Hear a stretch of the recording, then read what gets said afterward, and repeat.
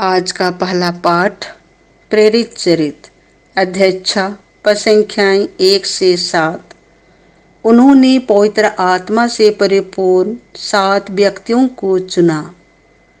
उन दिनों जब शिष्यों की संख्या बढ़ती जा रही थी, तो यूनानी भाषियों ने इब्रानी भाषियों के विरुद्ध यह शिकायत की कि रसद के दैनिक वितरण में उनकी विधवाओं की उपेक्षा हो रही है। इसीलिए बारों ने शिष्यों की सभा बुलाकर कहा, यह उचित नहीं है कि हम भोजन परोसने के लिए ईश्वर का वचन छोड़ दें। आप लोग अपने बीच में से पवित्र आत्मा से परिपूर्ण 7 बुद्धिमान तथा ईमानदार व्यक्तियों का चुनाव कर लीजिए। हम उन्हें इस कार्य के लिए नियुक्त करेंगे और हम लोग प्रार्थना और वचन की सेवा में लगे रहेंगे। यह बात सबों को अच्छी लगी। उन्होंने विश्वास तथा पवित्र आत्मा से परिपूर्ण स्तेफनुस के अतिरिक्त फिलिपुस, प्रोखोरुस, निकानोर, तिमोन, परमेनस और यहूदी धर्म में नवदीक्षित अंताख्या निवासी निकोलस को चुन लिया और उन्हें प्रेरितों के सामने उपस्थित किया। प्रेरितों ने प्रार्थना करने के बाद उन पर अपने हाथ रखे। ईश्वर का वचन फैलता गया।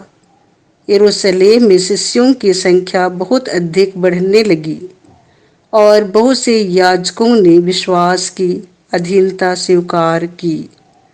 यह प्रभु की वाणी है।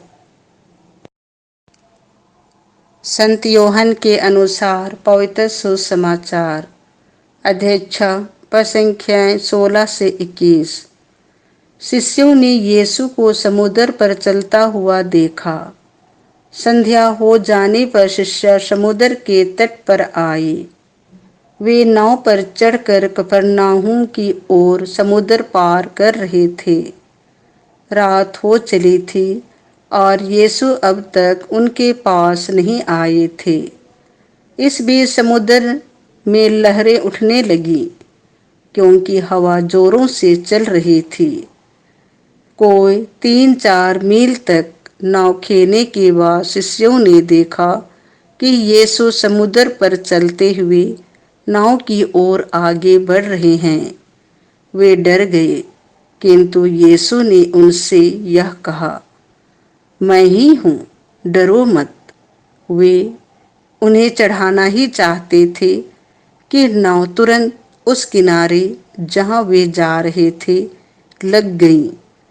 यह प्रभु का सुसमाचार है।